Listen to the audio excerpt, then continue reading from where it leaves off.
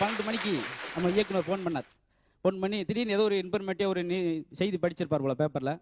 இந்த குடியாரங்கள்லாம் இன்னைக்கு மது வந்து அதிகமாக போய்கிட்டு இருக்கும்போது அதை பற்றி நீ எதுவுமே பேசலையே அப்படின்னு சொல்லிட்டு உடனே அன்னைக்கே இதை மாதிரி பண்ணுங்க அப்படின்னு சொன்னால் எனக்கு அந்த ஐடியா வந்தது. வேற ஒன்றும் இல்லை, மது இன்னைக்கு எப்படி போய்கிட்டு இருக்கு அப்படின்றக்கா. மதுன்னு ஏன் பேரே வந்துச்சுன்னா மகிழ்ச்சியில் தொடங்கி துன்பத்தில் முடிவதால தான் அதுக்கு பேர் மதுன்னு வச்சாங்களாம். அதனால தான் அந்த விஷயத்துக்கு கொஞ்சம் நம்ம நிகழ்ச்சியில் எப்பவுமே அவர் சார் எடுத்துக்கிற விஷயம் ஆபாசம் இருக்காது, அமங்கலம் இருக்காது, ரொம்ப நாகரிகமாக போகிறதுனால தான் குடும்பங்களாக உட்காந்து சிரிக்கிறதுக்கான நம்ம நிகழ்ச்சி இருக்குன்னா அது வந்து அந்த அளவுக்கு போகிறதுனால தான். அது இன்ஃபர்மேட்டிவ் ஒரு விஷயம் சொல்லுன்றக்கா அந்த எடுத்தது. பொதுவாக ஒயின் ஷாப்பில் நடக்கும், டே அப்பா மிரட்டிடுவாங்க. காலையில் 8 மணிக்கு ஒரு ஆள் ஜம்முன்னு வந்து உட்காந்து பவுடர் போட்டு வருவாங்க. அதுக்கு ஒயின் ஷாப்பில் தண்ணி எடுத்துட்டு பவுடர் போட்டு வருவான். வந்து அப்படி ஒரு பெரிய பாட்டில் அப்படி வைக்காம 2 பாட்டில் வச்சுருந்தான். அவருக்கு ஒரே குழப்பம், என்ன நீ ஒரு ஆள் தானே குடிக்க வந்திருக்க, அப்போ அதுக்கு 2 பாட்டில் அப்படின்னு.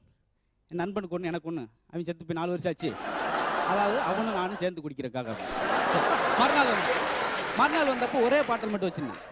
என்ன அன்னைக்கு ஒரு பாட்டில் மட்டும், நான் குடிக்கிறது நிறுத்திட்டேன், அவன் என்ன நிறுத்தலை, அவன் உனக்கான பாட்டில் இருக்குது அப்படி. அது உபர் நிறுத்திட்டானா அவன் குடிக்கணும், உனக்கு எப்படி தெரியும். சில நேரம் அட்வைஸ் பண்ணி திருத்தம் பார்த்தாலும் முடியாது.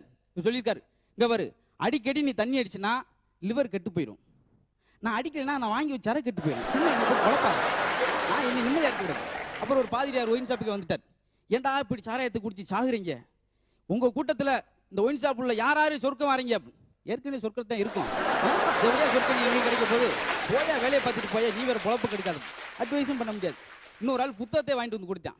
குடிச்சு உடம்ப கெடுக்காதியா, குடியினுடைய ஒரு தெரியாது, இப்போ தெரியாது, குடிச்சவங்களே எப்படி போனாங்கன்னு ஒன்று தெரியாது, இந்தா அப்படின்னு சொல்லி பெரிய மஞ்சள் கலர் புக்கை கொடுத்தாரு கையில், படிச்சு பாரு, குடியினுடைய தீமை பூரா அதில் இருக்கு. ஒன்று நான் படித்தான், இவர் கெட்டு போயிடும், நாவும் மறிஞ்சு போயிடும், உடல் இழைச்சி போயிடும், அப்படி இப்படின்னு பயங்கரமாக இருந்துச்சு. படிச்சுன்னு சொன்னேன், கை விடுத்தான். குடியினுடைய தீமை அப்படி போட்டிருக்காங்க.